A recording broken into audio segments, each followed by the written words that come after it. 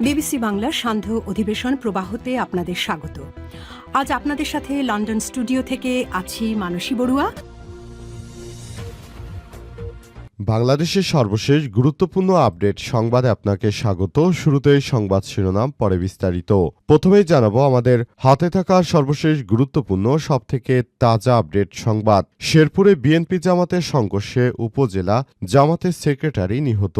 শেরপুরের ঝিনাইগাতি উপজেলায় নির্বাচনী ইশতেহার ঘোষণা অনুষ্ঠানকে কেন্দ্র করে জামাত ও বিএনপির নেতাকর্মীদের মধ্যে দফায় দফায় সংঘর্ষের ঘটনা ঘটেছে। এতে শ্রীবর্দী উপজেলা জামাতের সেক্রেটারি রেজাউল করিম নিহত হয়েছে। দিবাগত রাত 10:15টার দিকে তিনি মারা যান। জানা যায়, বিকাল থেকে রাত পর্যন্ত চলা এই সহিংসতা অন্তত 2 শতাধিক জামাত ইসলামের নেতাকর্মী আহত হয়েছে। এরপর জানাবো শেরপুরে জামাত নেতা নিহত, বিক্ষোভে উত্তাল ঢাকা বিশ্ববিদ্যালয় ক্যাম্পাস। শেরপুরের ঝিনাইগাতি উপজেলায় জামাত ও বিএনপির নেতাকর্মীদের মধ্যে সংঘর্ষের ঘটনায় শ্রীবর্দী উপজেলা জামাতের সেক্রেটারি রেজাউল করিম নিহত হয়েছে। দিবাগত রাত 10:15টার দিকে তিনি মারা যান। এই প্রাণহানির ঘটনায় প্রতিবাদ জানিয়ে রাতেই ঢাকা বিশ্ববিদ্যালয় ক্যাম্পাসে কেন্দ্রীয় ছাত্র সংসদ ডাকসুর নেতৃত্বে বিক্ষোভ মিছিল অনুষ্ঠিত হয়েছে। এদিকে যারা খুনের নেশায় মত্ত হয়েছে তাদের পাকড়াও করে শাস্তি দেওয়া দরকার বললেন জামাতের আমির। শেরপুরের ঝিনাইগাতি উপজেলায় নির্বাচনী ইশতেহার ঘোষণা অনুষ্ঠানকে কেন্দ্র করে জামাত ও বিএনপির নেতাকর্মীদের মধ্যে দফায় দফায় সংঘর্ষের ঘটনা ঘটেছে। এতে শ্রীবর্দী উপজেলা জামাতের সেক্রেটারি রেজাউল করিম নিহত হয়েছেন। আজ রাত 10:15টায় তিনি মারা যান।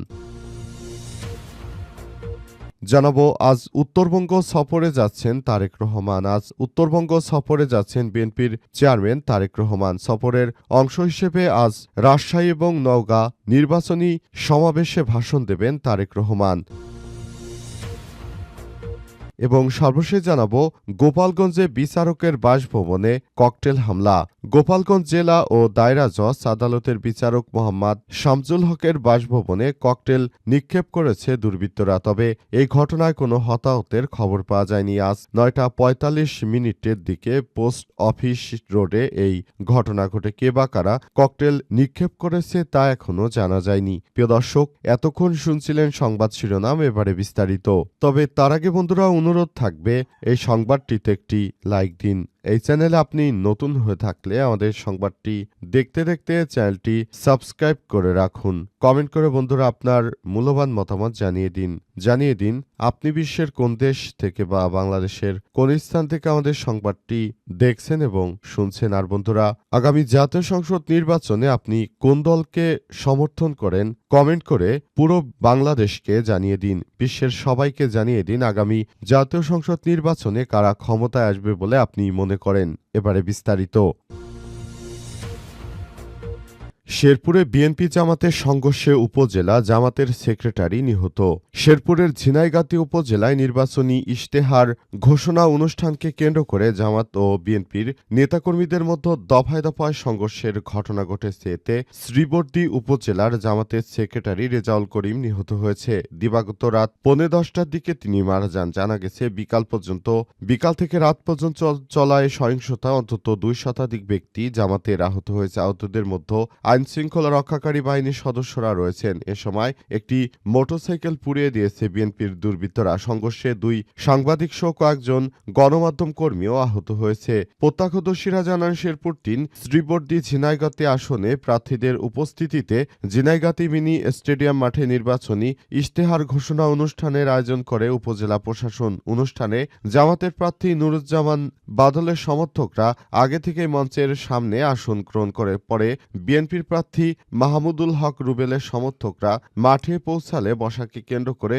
উভয় পক্ষের মধ্যে বাকবিতণ্ডা এবং সংঘর্ষের ঘটনা ঘটে। প্রথম দফার সংঘর্ষের পর সন্ধ্যার দিকে জামাতের প্রার্থী তার সমর্থকদের নিয়ে স্টেডিয়াম এলাকা থেকে বাজারের দিকে যেতে চাইলে আইনশৃঙ্খলা বাহিনী বাধা দেয়। বাধা অতিক্রম করার চেষ্টা করলে দ্বিতীয় দফায় আবারও বড় ধরনের সংঘর্ষ শুরু হয়। সন্ধ্যা 6টা থেকে রাত 8টা পর্যন্ত থেমে থেমে সংঘর্ষ চলে। পরে সেনাবাহিনী পুলিশ ঘটনা ঘটনাস্থলে গিয়ে পরিস্থিতি নিয়ন্ত্রণে আনে। আহত ঝিনাইগাতী উপজেলা স্বাস্থ্য কমপ্লেক্স ও শেরপুর 250 শয্যা বিশিষ্ট জেলা সদর হাসপাতালে ভর্তি করা হয়েছে। গুরুতর আহত কয়েকজনকে ময়মনসিংহ মেডিকেল কলেজ হাসপাতালে ভর্তি করা হয়েছে।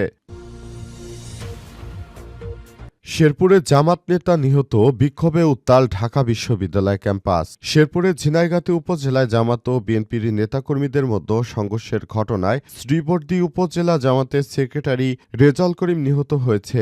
দিবাগত রাত 10:15টার দিকে তিনি মারা যান। এই প্রাণহানির ঘটনায় প্রতিবাদ জানিয়ে রাতেই ঢাকা বিশ্ববিদ্যালয়ের ঢাবি ক্যাম্পাস ও কেন্দ্রীয় ছাত্র সংসদের ডাকসুর নেতৃত্বে বিক্ষোভ মিছিল অনুষ্ঠিত হয়েছে। রাত 11:30টার দিকে ভিসি চত্বর থেকে মিছিলটি শুরু হয়। বিশ্ববিদ্যালয়ের বিভিন্ন হল থেকে শিক্ষার্থীরা যোগ দেন বিক্ষোভ মিছিলে। মিছিলটি বিভিন্ন হল ও সড়ক প্রদক্ষিণ করে টিএসসিতে গিয়ে শেষ হয়েছে। বিক্ষোভ পরবর্তী সময়ে ডাকসু নেতারা অভিযোগ করে বলেছেন, বিএনপি 12ই ফেব্রুয়ারি নির্বাচনে পরাজয় আজ করতে পেরে দেশব্যাপী সহিংসতা করে যাচ্ছে। নারীদের উপর হামলা, খুনের রাজনীতি শুরু করেছে বিএনপির সন্ত্রাসীরা। এদের বিরুদ্ধে সবাইকে আরও বেশি সতর্ক এবং সজাগ থাকতে হবে বলে জানানো হয়েছে। অন্তর্বর্তীকালীন সরকারের পক্ষ থেকে বলা হয়েছে যে এই ধরনের খুনের ঘটনা কোনোভাবেই মেনে নেওয়া যাবে না। যারা এই খুনের সঙ্গে জড়িত রয়েছে তাদেরকে যথাযথভাবে গ্রেপ্তার করে তারপর দৃষ্টান্তমূলক শাস্তি নিশ্চিত করতে হবে। সরকারের পক্ষ থেকে সে বিষয়ে গুরুত্ব সহকারে কাজ করা হচ্ছে। যারা এই ধরনের অনাকাঙ্ক্ষিত হত্যাকাণ্ডের ঘটনা ঘটিয়েছে তাদের বিরুদ্ধে প্রশাসনের পক্ষ থেকে সর্বোচ্চ আইনগত ব্যবস্থা গ্রহণ করা হবে। অন্তর্বর্তীকালীন সরকারের প্রধান উপদেষ্টা প্রফেসর ড. মোহাম্মদ ইউনূসের সরকার এই বিষয়টি নিয়ে খুবই আশাবাদ ব্যক্ত করেছে যে দোষীদের খুব দ্রুততম সময়ের মধ্যে শাস্তি নিশ্চিত করতে হবে। যারা খুনের নেশায় মত্ত হয়েছে তাদের পাকড়াও করে শাস্তি দেয়া দরকার বললেন জামাতের আমির। শেরপুরের ঝিনাইগাতী উপজেলায় নির্বাচনী ইশতেহার ঘোষণা অনুষ্ঠানকে কেন্দ্র করে জামাত ও বিএনপির নেতাকর্মীদের মধ্যে দফায় দফায় সংঘর্ষের ঘটনা ঘটেছে। এতে শ্রীবর্দী উপজেলা জামাতের সেক্রেটারি রেজাউল করিম নিহত হয়েছে। দিবাগত রাত 10:15টার দিকে তিনি মারা যান। এ বিষয়ে রাত 11:57 নিজের ভেরিফাইড ফেসবুক পেজে একটি পোস্ট করেছেন জামাতের আমির ডা. শফিকুর রহমান। পোস্টে তিনি হামলার জন্য বিএনপিকে দায়ী করেছেন। শেরপুর 3 আসনের সহকারী রিটার্নিং অফিসার কর্তৃক আয়োজিত ইশতেহার পাঠ অনুষ্ঠানে বিএনপির সমর্থকরা বিলম্বে এসে চেয়ারে বসা নিয়ে বাকবিতণ্ডা এবং হাতাহাতির ঘটনাকে কেন্দ্র করে দেশে অস্ত্র দিয়ে জামাতের সমর্থকদের উপর হামলা চালায়। পোস্টে জামাতের আমির আরও বলেছেন, এই ঘটনায় 50-এর অধিক জামাত ইসলামের সমর্থক আহত হয়েছে। 3 জনের অবস্থা আশঙ্কাজনক হলে ময়মনসিংহ মেডিকেল কলেজ হাসপাতালে নেয়ার পথে রাত 9:20 রেজাউল করিম